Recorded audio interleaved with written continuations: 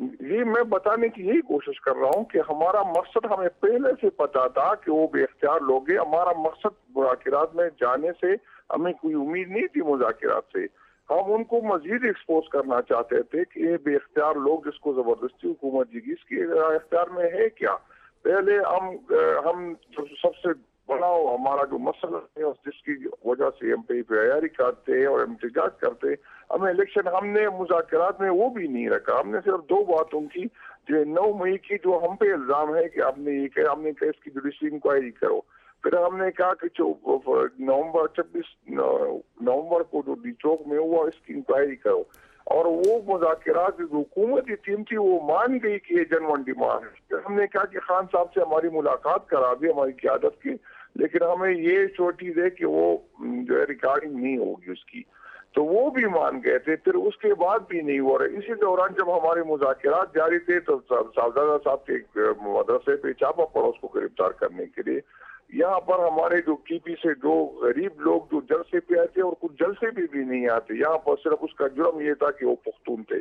اس کو یہاں پکڑا ہوا ہے. 2 مہینے بعد اس پہ نئے ایف آئی آروں میں ڈال کے اس کو دوبارہ ریمانڈ پہ لیا گیا. جب ریاستی اور اداروں کی اور حکومت کے وقت کی یہ رویہ ہوگا تو اس طرح علاقہ آگے بڑھ سکتی ہے. تو اس میں حکومت نے بڑا دل کا مظاہرہ کرنا ہوتا ہے, اداروں نے بڑا دل. وہ 1 قدم آگے ہم 2 قدم آئیں گے. یہ نہیں ہو سکتا کہ آپ یہاں بات مذاکرات کی کرے اور پھر ہم اسے زبردستی اپنی بات منگوانے کے لیے ہم پہ مصروف ہے. آج سارے پنجاب میں, سندھ میں, بلوچستان میں ہمارے ورکرز پہ آج دوبارہ نئے ایف آئی آر کاٹی کی نا. تو اس طرح تو مذاکرات نہیں ہوتے. تو یہ ان کی غلط فہمی ہے کہ اس طرح ہم یہ دبائیں گے, ہمیں جو ہے ہم ڈر جائیں گے, ہم خان کو چھوڑ جائیں گے. اس کو تو یہ سبق کرنی چاہیے. ان کو عقل نہیں, پتہ نہیں. میں تو حیران ہوں اس کی عقل پہ. یار اتنے ظلم آپ نے کیا جتنا جو جس کی تاریخ میں مثال نہیں ملتی. آپ نہ خان کو ختم کر سکے نہ پارٹی کو ختم کر سکے, آپ دوبارہ وہی فارمولا استعمال کر رہے ہو. تو یہ ان کی غلط فہمی ہے. تو اس طرح مذاکرات نہیں ہو سکتے. اگر مذاکرات واقعی انٹرسٹڈ ہے, بات کرنے چاہتے, تو رویوں سے ثابت کرے. یہ نہیں ہوگا کہ میرے ورکر جیل میں ہوں گے, اس پہ نئی ایف آئی آر ہوں گی, میں ان کے ساتھ بیٹھوں گا. یہ پاسبل نہیں ہے. فواد چودھری صاحب کہتے ہیں کہ کوئی بیک ڈور مذاکرات نہیں, اور عمران خان صاحب کہہ رہے ہیں کہ علی امین صاحب نے جو بات کی ہے کہ بیک ڈور مذاکرات میں 80% یا 90% چیزیں طے ہو چکی ہیں, ایسا کوئی معاملہ نہیں ہے. ہو رہے ہیں سر یا نہیں ہو رہے؟ پارٹی کیوں کنفیوز ہے اس تمام معاملے پر؟ نہیں, پارٹی مذاکرات مختلف ٹائم پہ ہوئے بھی, رابطے بھی ہوئے. مذاکرات اسی طرح تو کوئی خیر نہیں ہوئے. علی امین صاحب کی بات کا وہ ایکسٹینڈ کر سکتے ہیں, لیکن جو ہماری پہلی اور آخری, جہاں پر آپ اس کو 1% کہے یا 2% کہے یا 100% کہے, وہ یہی ہے کہ حکومت وقت اور ادارے چاہتے ہیں کہ یہ حکومت مزید 2 سال چلے. اسی پہ ہم راضی نہیں. باقی ہمارا تو کوئی ایشو نہیں. ہم کہہ رہے ہیں کہ جس کا مینڈیٹ ہے اس کو دے یا نئے الیکشن پہ جائے. تو بات اسی میں پنسی ہوئی. باقی تو کوئی نہیں. نہ اس میں ہمیں قرض, ہمارا اس پہ ذمہ کوئی قرض ہے, نہ حکومت کا ہمارے ذمہ کوئی قرض ہے. باقی تو کوئی مسئلہ ہی نہیں. یہی آپ جس کو پوائنٹ میں نکالے, جس کو جو بھی کہے, لیکن اسی پہ ہم رکے ہوئے. سر اس تمام معاملے پر آپ لچک دکھائیں گے؟ کوئی 2 سال کا ٹائم پیریڈ جو ہے اسے 1 سال پہ لانے پہ یا کم کرنے پر کوئی لچک دکھائی جائے گی؟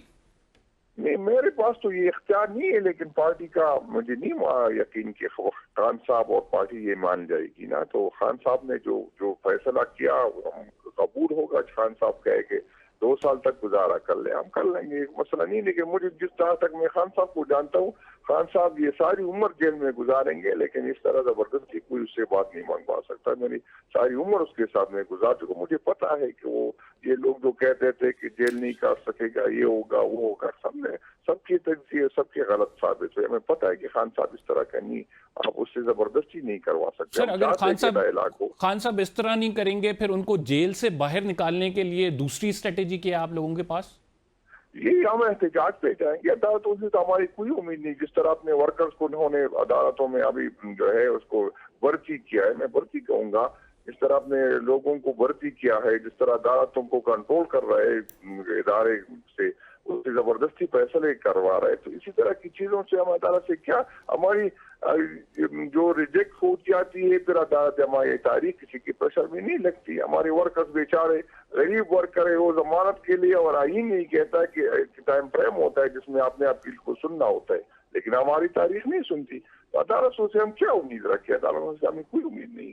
تو سر کل وکلا تحریک جو ہے وہ بھی اس کا اعلان ہوا ہے، منیر ملک صاحب نے کہا ہے کہ ہم کل احتجاج کریں گے، کل جوڈیشل کمیشن کا بھی اجلاس ہے، تو اس وکلا تحریک کو باقاعدہ پی ٹی آئی سپورٹ کرے گی، اپنے کارکنان بھی بھیجے جائیں گے یا کوئی ایسا ارادہ ہے کہ آپ لوگ ساتھ مل کر آگے چلیں؟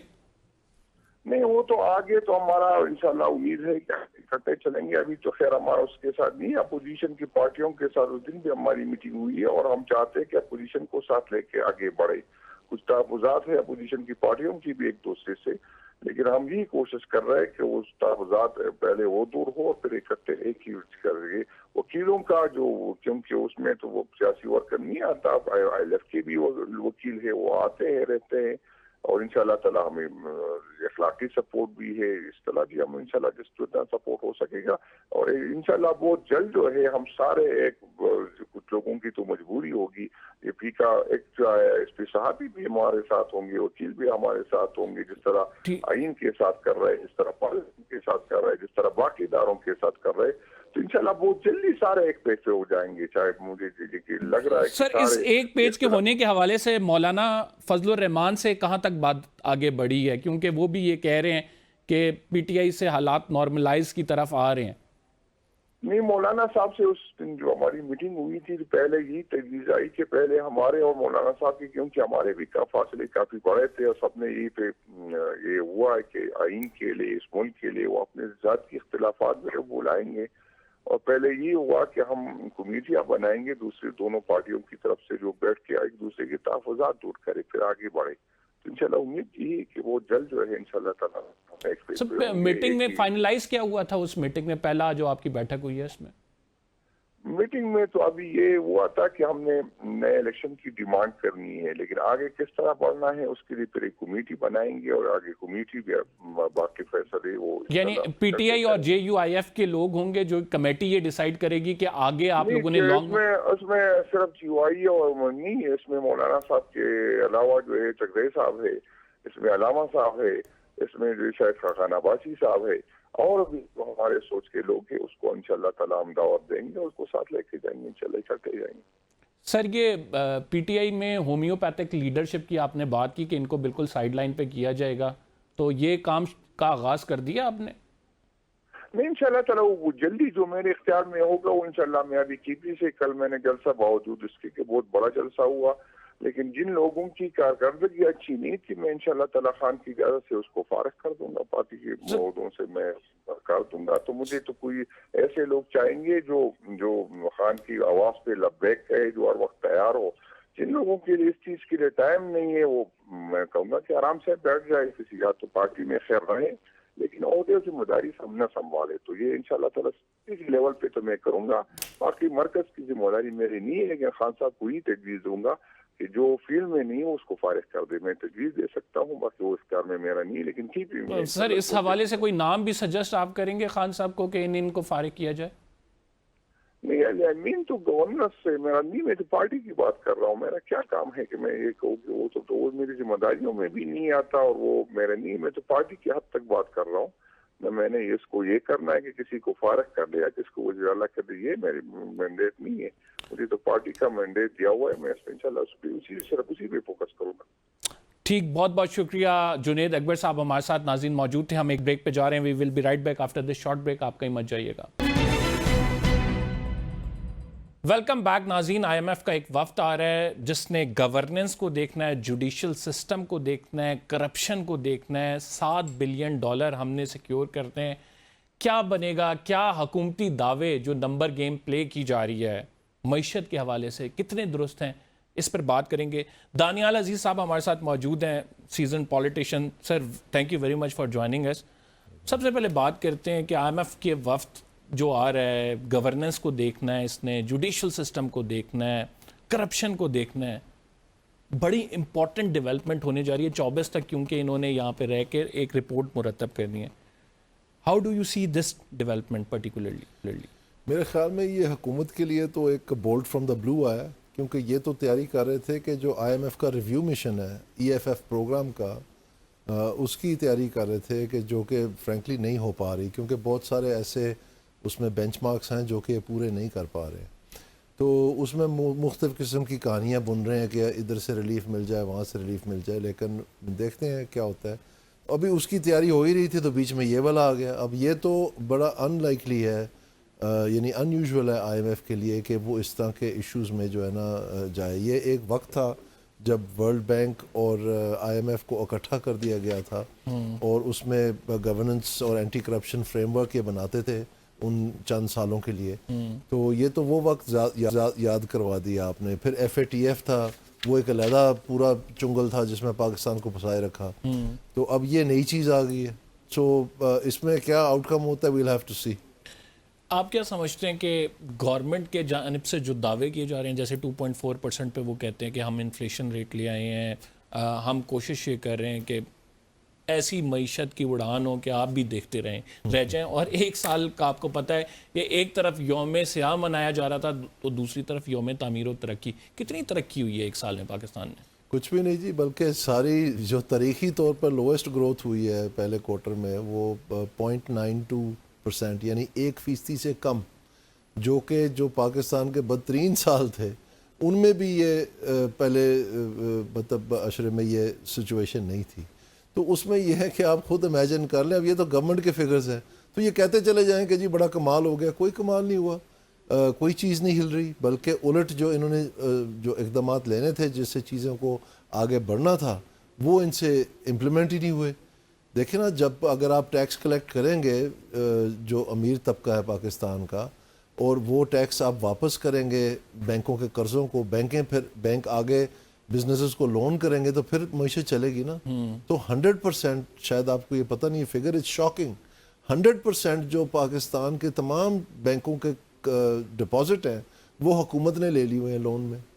باقی انڈسٹری، ایگریکلچر، کمرشل سب کچھ جو ہے وہ بینکوں کا اپنا جو تھوڑا بہت ان کا مارجن ہوتا ہے اس سے چل رہا ہے. یعنی 100% لے گیا حکومت پاکستان. اس کو کراؤڈنگ آؤٹ کہتے ہیں اکنامکس میں. تو 100% ہو گئی ہوئی ہے. تو آپ مجھے بتائیں پھر یہ کیسے ایکسپیکٹ کرتے ہیں کہ معیشت چلے گی؟ سر عام آدمی کے حوالے سے کہتے ہیں، کیونکہ عام آدمی کا لینا دینا سارا مہنگائی سے ہے، وہ کہتے ہیں کہ جی کہاں پہ 35%، کہاں پہ 2.4%. آپ یہ تو ایکسیپٹ کریں کہ ہم نے کام تو کیا. جو آپ کی بات بالکل درست ہے کہ جو مہنگائی بڑھنے کی رفتار ہے وہ کم ہوئی ہے، وہ کم ہوئی ہے. مہنگائی کہیں سے کم نہیں ہوئی ہے، لیکن یہ جو رفتار کم ہوئی ہے یہ اس صورت میں ہے جب 5 سال کے لیے آپ نے پہاڑ توڑ دیا ہے غریب عوام کے اوپر مہنگائی کا. تو وہ جو یعنی آپ یہ سمجھیں کہ کل کو جو 1000 روپیہ لے کے ہم بازار جاتے تھے، آج بیچارہ غریب آدمی 5000 بھی لے کے جائے اس کے ساتھ وہ 1000 والا سلوک نہیں ہوتا، نئی چیزیں لے سکتا. تو کہاں سے پورا کریں؟ گیس، بجلی، پٹرول، ہر چیز آسمان کو چھو رہی ہے. بچوں کی فیسیں، ہسپتالوں کے بل، دوائیوں کی قیمتیں، سب کچھ. تو اگر وہ تھوڑی رفتار کم بھی، اس کا مطلب یہ ہے کہ 5 سال کا بوجھ جو ہے وہ اتر گیا نہیں اترا. وہ اتنی کمائی تو ان کی ہوئی نہیں، یا ان کی تنخواہ میں اتنا بڑھا دیا ہو کہ جی ٹھیک ہے. اب وہ کہہ رہے ہیں کہ 70,000 روپے منیمم ویج ہو تو پھر وہ جا کے 5 سال پہلے کا برابری ہوتا ہے. تو منیمم ویج کیا ہے آج؟ 30,000 ہے. دانیال صاحب کیا فیکٹرز ہیں وہ، آپ کیا سمجھتے ہیں کہ مسلم لیگ نون میں چونکہ آپ رہے ہوئے بھی ہیں، کیوں نہیں مسلم لیگ نون جس طرح کے دعوے کر کے آتی ہے، مینیفیسٹو دے کے آتی ہے، اس طرح پرفارم نہیں کر پاتی؟ یہ جو ابھی یہاں رہ گئے ہیں نا، یہ 4 5 دفعہ حکومت کر چکے ہیں. یہ جو بابے ہیں ان کا ٹائم اپ ہو گیا، ایکسپائر ہو چکے ہیں، ان کی شیلف لائف ختم ہے. نواز شریف ایکسپائر ہو گئے سب ہیں، یہ جتنے بھی بابے ہیں، یہ جو میں اب کس کا نام لوں، لے لیں کوئی نہیں، جتنے بھی 75 سال سے زیادہ ہیں، جتنے بھی 75 سال سے زیادہ لے لیں سر، آج نام لے لیں. یہ سارے جو ہیں آپ مجھے بتائیں ان کے شہباز شریف، نواز شریف، سب جتنے بھی ہیں، جو 80% کیبنٹ جو ہے، احسن اقبال، یہ ایکسپائر ٹائم پہ چل رہے ہیں نا. اب 60 سال پہ جب ریٹائر کرتے ہیں، پوری دنیا کا معیار ہے، اس کی کوئی وجہ ہوتی ہے نا، بس ہو جاتی ہے بندے کی. تو یہ دھکیلے وہی پرانے خیالات، وہی گھسی پھٹی باتیں، وہی پرانے رپورٹیں جو چلانے کی کوشش کر رہے ہیں. وہی آپ کا 30-40 سال آپ سے معیشت چلی نہیں ہے، اب آ کے آپ ہمیں نئی لوریاں سنائیں گے. وہی 210، وہی 225، اب وہ 235 ہو گیا، اب 1947. او بھائی 1947 میں آپ کی عمر 90 سال ہونی ہے، منہ میں دانت نہیں ہونے، تو آپ ٹرک کی بتی کے پیچھے ہمیں لگا رہے ہیں. یہ نوجوان کہاں جائیں؟ ان کو اب نوکریاں چاہیے. آپ کو پتہ ہے، اور پھر جھوٹ کہ لیبر فورس سروے جو ایک اہم چیز ہے جو ہر سال تواتر سے ہوتی رہی ہے، وہ 2020 سے اس کو ان پلگ کر دیا, وہ نہیں ہو رہی. فائنلی اب انٹرنیشنل کمیونٹی, بات سن لیں, انٹرنیشنل کمیونٹی نے آ کے کہہ دیا کہ جی اگر آپ وہ نہیں کرتے تو پھر ہم بھی نہیں چل سکتے, کیونکہ ورلڈ بینک نے کہا ہے کہ 10.3 تک چلے گی ان امپلائمنٹ. 10.3, اس کا مطلب یہ ہے کہ یہ تو ابھی 5 پہ کھڑے ہیں جو 2020 کا فگر ہے, 5 سمتنگ, تو وہ ڈبل ہو چکی ہے. ان کو ہوش کے ناخن ہی نہیں ہے, ان کو پتہ ہی نہیں. اب نوجوان پود جو ہے یہ کہتے ہیں جی ہم نے ان کو منانا ہے, وہ جو بتیاں آن کر کے یہ کریں, ان کو بھی وہ دن بھی صدقے جاواں میں, وہ لائٹاں آن کر کے بس گانے سن کے جی خوش ہیں. وہ انہوں نے کتوں نوکریاں ملنی ہیں, کہاں سے انہوں نے روزگار کمانا ہے, کدھر اپنے خاندان پالنے ہیں, ان کو چھت کہاں سے ملنی ہے. سب یہ آپ ان امپلائمنٹ کم ہوگی تو ان کا کچھ معیشت کا پہیہ چلے گا نا, یعنی ڈبل کر دینا از نو جوک. اس تمام معاملے میں پی ٹی آئی کے ویژن کو کس طرح سے دیکھتے ہیں, خصوصاً اگر بات کی جائے ڈیولپمنٹ کی جو پی ٹی آئی چھوڑ کے گئی تھی؟ آپ کو پتہ ہے گروتھ ریٹ کافی زیادہ تھا. پی ٹی آئی نے جو گروتھ ریٹ کیا تھا, یہ انہوں نے ایسا پیسہ پھینکا تھا بازار میں اسٹیٹ بینک کے ذریعے, اس کو ری فائنینس کرتے ہیں بیسکلی. اس کا مطلب یہ ہے کہ انہوں نے پیسہ چھاپ کے پھینکا تھا. تو وہ کووڈ کے نام سے انہوں نے اتنا پیسہ پھینکا, خود وہ اتنے فخر سے کہتے تھے 1.8 ٹریلین کا ہم نے اسٹیمولس دیا. اسٹیمولس کا مطلب ہے آپ نے پیسہ پھینکا بازار میں. وہ تمام امیر طبقے کو پیسہ گیا, حالانکہ وہ بلینز آف ڈالر جو آئے تھے باہر سے وہ غریبوں کے لیے آئے تھے. اور ابھی بھی اگر آپ دیکھیں جو غریبوں کے لیے اسکیمیں تھیں وہ ایگزیکیوٹ ہی نہیں ہوئی. تو وہ بینکوں کے ذریعے, میری عرض سن لیں, وہ سارا ان امیر لوگوں کو چلا گیا. امیر لوگوں نے پھر اس کے ساتھ جو کیا, اسی کا ایڈیشنل کویشچن اس وجہ سے کہہ رہا تھا, پی ٹی آئی کا اکنامک ویژن دانیال عزیز کے خیال میں کیسا ہے؟ عمران خان صاحب کس طرح سے؟ کچھ بھی نہیں, کچھ بھی نہیں ہے. جب یہ پہلے دن آئے تھے تو اس وقت یہ اسد عمر ان کا ہیرو تھا فائنانس کا, اکانومی کا, اس نے سب کچھ سیدھا کر دینا تھا. وہ 200 ارب کا پائل منہ پہ مارنا اور وہ سارا کچھ ہونا تھا. تو وہ کدھر گیا؟ اس کو کس نے نکالا؟ دانیال عزیز نے نکالا, انہوں نے نکالا نا. پھر وہی سن لیں ایک منٹ, پھر وہی مانگے کہ حفیظ شیخ اور شوکت ترین جو پہلے بھی وہ گنز فار ہائر تھی, انہوں نے پھر جا کے آئی ایم ایف کا پروگرام لے کے دیا. تو وہ جو پیسے آپ نے لیے تھے فرینڈلی کنٹریز سے 6 بلین پلس دسمبر تک, میں بات کر رہا ہوں 2018 اور 2019 کی, جب انہوں نے کہا کہ ہم آئی ایم ایف کے پاس نہیں جائیں گے اور ہم نے یہ پیسہ فرینڈلی کنٹری سے لینا ہے. وہ جو 6 بلین ڈالرز انہوں نے 6.02 بلین ڈالرز انہوں نے لے لیا تھا جنوری تک, جنوری 2019, ٹھیک ہے, اور ان کو چاہیے تھے 13 بلین. بعد میں عمران خان صاحب نے آرام سے کہہ دیا وہ جی جو ڈیلے کیا ہم سے غلطی ہو گئی تھی. وہ بھائی تمہاری چھوٹی سی غلطی ہے, ہمیں اربوں ٹھوک, آج تک پاکستان وہ پیسے رول اوور کر رہا ہے, آپ کو پتہ. وہ جو فرینڈلی, سن لیں میری بات, وہ جو فرینڈلی کنٹریز سے عمران خان صاحب نے پی ٹی آئی کے اکنامک فیلئر کی وجہ سے لیے, اسد عمر صاحب کی ڈفری کی وجہ سے لیے, مہنگے داموں لیے, یہ کہہ کے کہ ہم خودکشی کر دیں گے, آئی ایم ایف کے پاس نہیں جائیں گے, اخیر ہاتھ باندھ کے وہیں گئے, اور 1 منٹ کے لیے وہ پیسے آج تک رول اوور ہو رہے ہیں. Very right sir. Muslim League نون کا ریوائول پنجاب میں دیکھ رہے ہیں, بیکاز رائٹ ناؤ تو وہ خود بھی یہ کہتے ہیں کہ ہماری سیاست قربان ہو چکی ہے. ان کا ریوائول نہیں ہو سکتا, نون لیگ کی سیاست ختم ہو چکی ہے, کیونکہ مریم نواز کی سیاست, ان کو انہوں دیکھیں کوئی بھی دنیا کا ملک جو ہے, کوئی 2.5-3 درجن کارڈ بنا دیے انہوں نے, کوئی ہمت کارڈ ہے, کوئی پتہ نہیں کیا کیا نام کا کارڈ بنا دیا انہوں نے. مجھے 32 سال ہو گئے معیشت پڑھتے ہوئے, میں اکنامکس کا اسٹوڈنٹ ہوں, دنیا میں جا کے لیکچر دیتا ہوں گورننس پہ, اور مجھے کوئی ملک میں نے کوشش کی ہے کہ مجھے پتہ چل جائے کوئی ملک آپ بتا دیں جو یہ کارڈوں کے ذریعے, یہ ڈیک آف کارڈ یا پیک آف کارڈز کے ذریعے ترقی یافتہ ہو گیا ہوگا. یہ سستی شہرت ہے, اور افسوس کی بات یہ ہے کہ یہ سستی شہرت حاصل کیسے کی جا رہی ہے؟ ہمارے بچوں کے مستقبل کو گروی رکھا کے.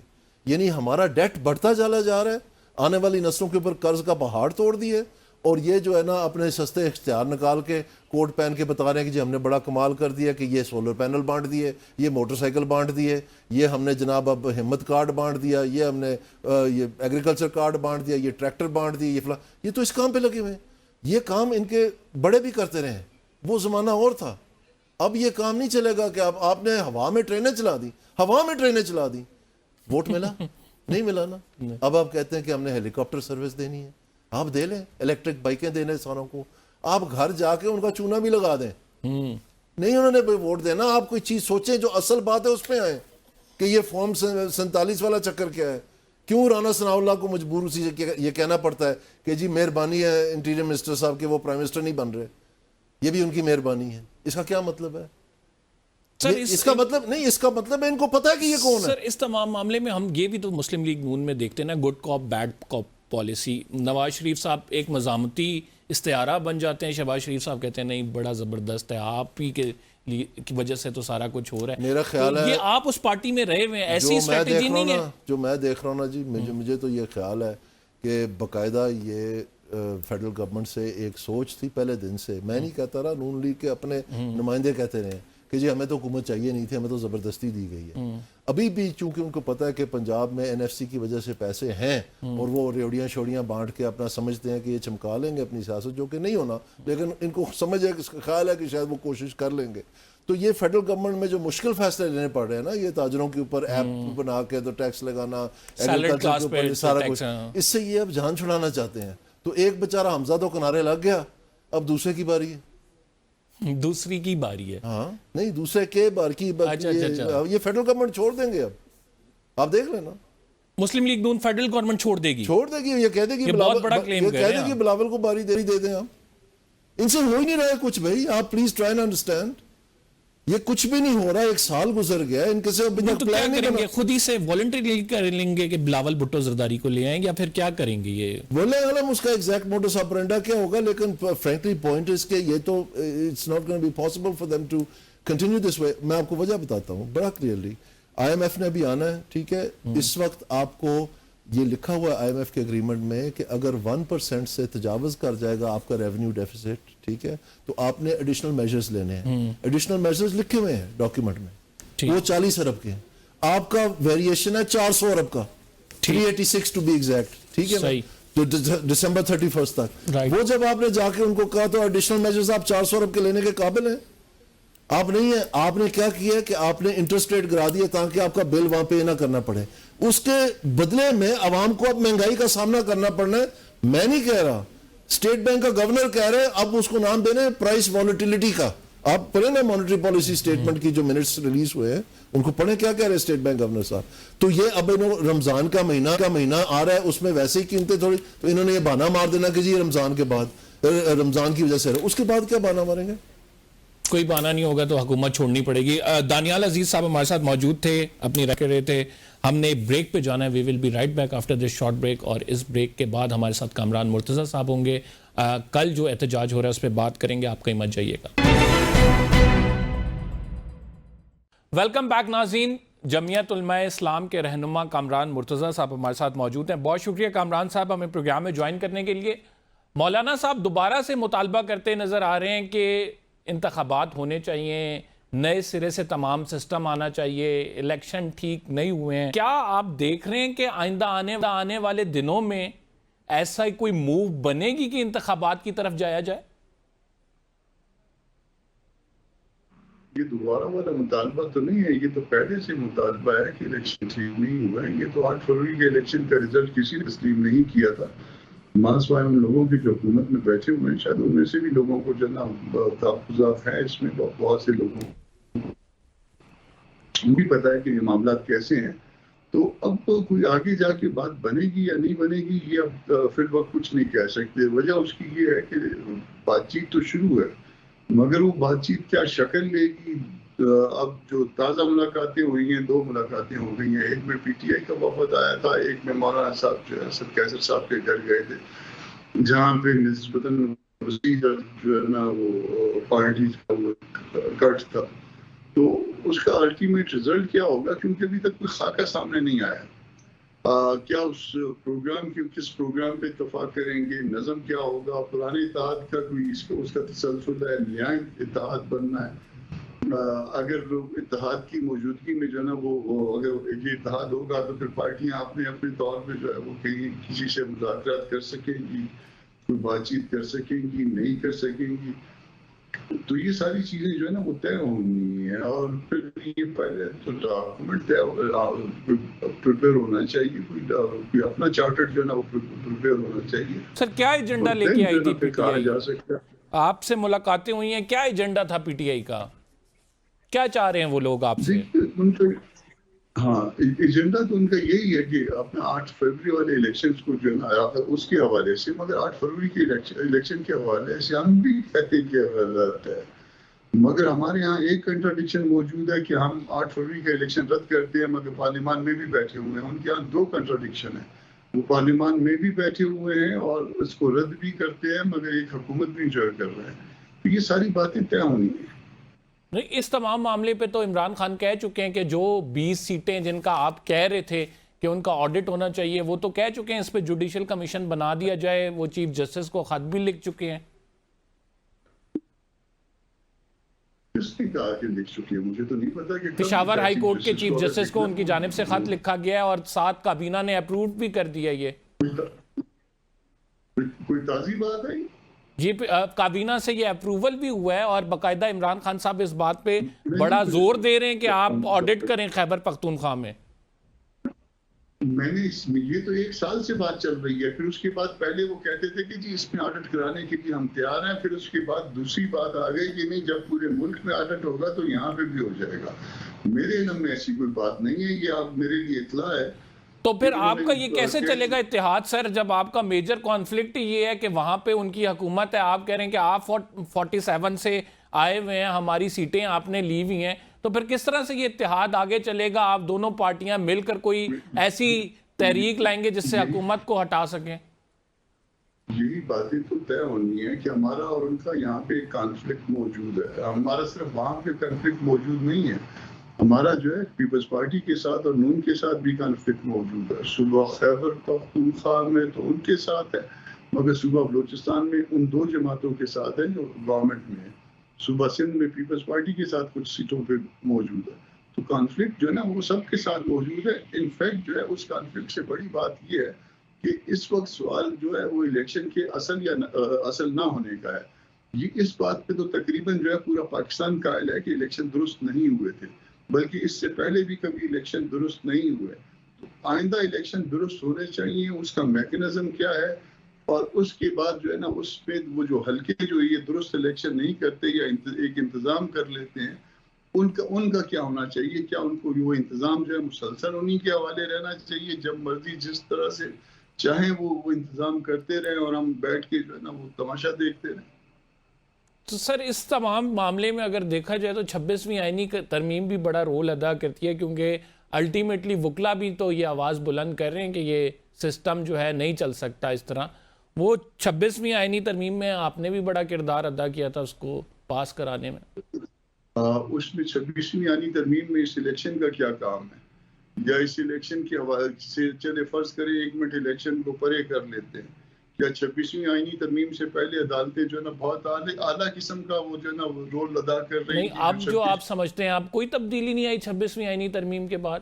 20ویں آئینی ترمیم کے بعد 2 طرح کی جو ہے نا میجر تبدیلیاں آئی ہیں. ایک تو 5 امینڈمنٹس ہماری ہیں جس میں جو ہے نا حوالے سے وہ ایک تبدیلی تو آپ اس کو سمجھ لیجیے. دوسری تبدیلی یہ ہے کہ ایک پینل کو انٹروڈیوس کروایا گیا ہے اور ایک کانسٹیٹیوشن کورٹ کی بجائے جو ہے وہ کانسٹیٹیوشن بینچ کو متعارف کرایا گیا ہے. سر سارا مسئلہ یہاں پہ ہے کہ یہاں پہ جو جوڈیشل کمیشن بنایا گیا اس سے تمام چیزیں حکومت کے ہاتھ میں چلی گئی ہے. لوگ کورٹ پیکنگ کی بات کر رہے ہیں، ججز لانے کی بات کر رہے ہیں. تو کیا آپ نہیں سمجھتے کہ یہ کمپرومائز ہوئی ہے جوڈیشری؟ آپ نے جو ترمیم لائے ہیں اس کی وجہ سے؟ ادھر تو ٹھہر تو جاؤ نا. اس سے پہلے تو کمپرومائز نہیں تھی. اس سے پہلے کیا کلب نہیں بنا ہوا تھا؟ کیا پہلے ججز یہ سارا کام نہیں کر رہے تھے؟ اپنے چیمبرز کے لوگوں کو نہیں لا رہے تھے؟ ایک وہ انتہا تھی، یہ انتہا بنی ہے. اب اس کے بعد کسی دن جا کے کوئی دوسرا درمیانی راستہ بنے گا اس کا. مگر کیا اس سے پہلے جو ہے نا وہ ججز اپنے چیمبروں کے لوگ نہیں لا رہے تھے؟ کیا یہی اعتراضات؟ سر آپ کو ویسے 26ویں آئینی ترمیم پہ تحفظات ہیں؟ مجھے تحفظات، اگر میں نے کوئی غلطی کی ہے، اگر فرض کر لیجئے جے یو آئی کی پارٹ پہ، پیپلز پارٹی کے پارٹ پہ، نون لیگ کے پارٹ پہ، ایون پی ٹی آئی کے پارٹ پہ، وہ اس میں پوری شریک تھی. اگر کسی کی کوئی غلطی ہے تو عدالت اس کو فکس کرے، بڑے بینچ کے سامنے لگائے. عدالت اگر فکس کرتی ہوتی تو پھر یہ ساری چیزیں کیوں آؤٹ آف کورٹ سیٹلمنٹ کی طرف یا پھر احتجاج کی طرف جاتی؟ مسئلہ یہ ہے کہ آپ کی لوگ کہتے ہیں کہ آپ کی پارٹی نے بڑا کردار ادا کیا ہے 26ویں آئینی ترمیم پہ، تو اس پہ اب آپ لوگوں کو کوئی اعتراضات یا آپ کے کوئی اس حوالے سے گریوینسز ہیں کہ 26ویں آئینی ترمیم ایسی نہیں ہونی چاہیے تھی؟ اس میں ایسا ہے کہ یہ جو اس وقت جو سپریم کورٹ کے جتنے بھی جج ہیں، کیا ان میں سے کوئی ایک جج بھی جو ہے وہ 26ویں آئینی ترمیم کے بعد آیا ہے؟ سوال اس کا جواب دے دیجئے. سارے 26ویں آئینی ترمیم سے پہلے آئے ہوئے ہیں نا.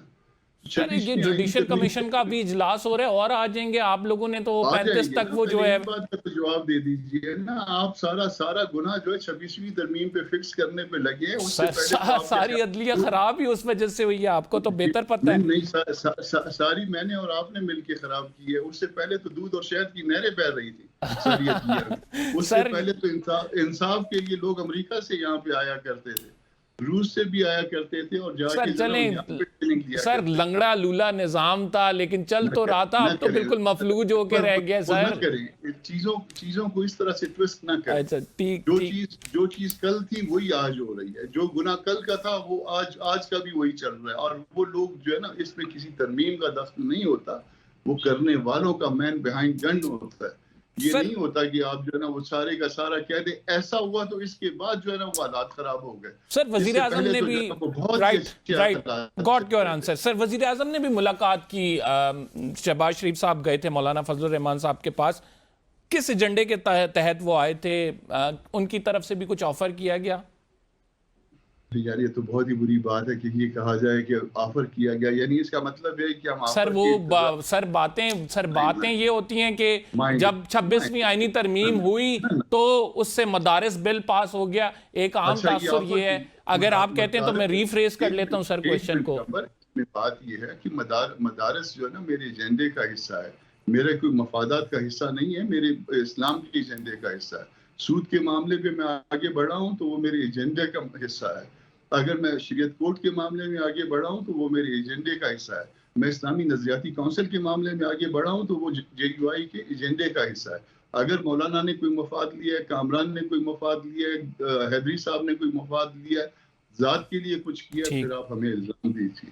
اگر ایسا نہیں ہے تو پھر نہ کریے, اور پھر یہ نہ کہیے کہ کوئی وہ آفریں ہم لے رہے تھے یا اس کے عوض ہم نے کچھ لیا ہے. اس کے عوض ہم اپنے اسلام کے مطابق اپنے ایجنڈے پہ ہم نے آگے 2 قدم پیش رفت. سر ویری لاسٹ کوئسچن, کہ آپ سمجھتے ہیں کہ یہ وکلا تحریک جو اب کہہ رہے ہیں, بار بار کہہ رہے ہیں کہ سٹارٹ ہوگی, یہ کوئی رنگ لائے گی؟ وکلا تحریک جس وقت, اب یہ آپ 26ویں ترمیم کا جب رونا رو رہے تھے تو یہ 5 ہفتے چلا تھا نا وہ ایپیسوڈ, اس میں سے کتنے وکلا تھے وہ آ کے جو ہے نا ہمارے ساتھ کھڑے ہوئے تھے؟ کتنے وکلا نے جو ہے نا, کتنے صحافیوں نے جا کے ہمارے ساتھ کھڑا ہوا تھا؟ ہم تو آپ کے جو ہے پیک آرڈیننس میں آپ کے ساتھ کھڑے تھے نا, مگر کتنے دوستوں نے ہمارا ساتھ دیا تھا اس معاملے میں. تو وکلا بالکل اگر وہ آئیں گے, تحریک چلائیں, اس میں سے جو پروویژن جو ہے یہ تحریک سے نہیں ختم ہوگا. مسئلہ صرف یہ ہوگا کہ اس میں سے جو پروویژن آپ کہتے ہیں کہ آرٹیکل 8 کے پیرامیٹر پہ پورا نہیں اترتی, جس کو سٹک ڈاؤن کیا جا سکتا ہے, وہ بتانا پڑے گا, آرگیو کرنا پڑے گا, اور اس کے لیے بھلے آج کی فل کوڈ بنائی. ٹھیک, رائٹ, تھینک یو ویری مچ. ناظرین, کیا وکلا تحریک کوئی رنگ لائے گی یا نہیں؟ 2007 کی وکلا تحریک یہ بتاتی ہے کہ اس میں سیاسی جماعتیں وکیلوں کے شانہ بشانہ تھیں, جس کی وجہ سے وہ کامیاب ہوئی. کیا سیاسی جماعتیں وکلا کا ہاتھ تھامیں گی؟ کیا PTI وکیلوں کے ساتھ سڑکوں پہ نظر آئے گی یا نہیں؟ یہ بڑا امپورٹنٹ سوال ہے. فی الحال پروگرام کا ٹائم ختم ہو گیا. اگلے پروگرام میں آپ سے ملاقات ہوگی. قمر زیدی کو اجازت دیجیے. اللہ نگہبان.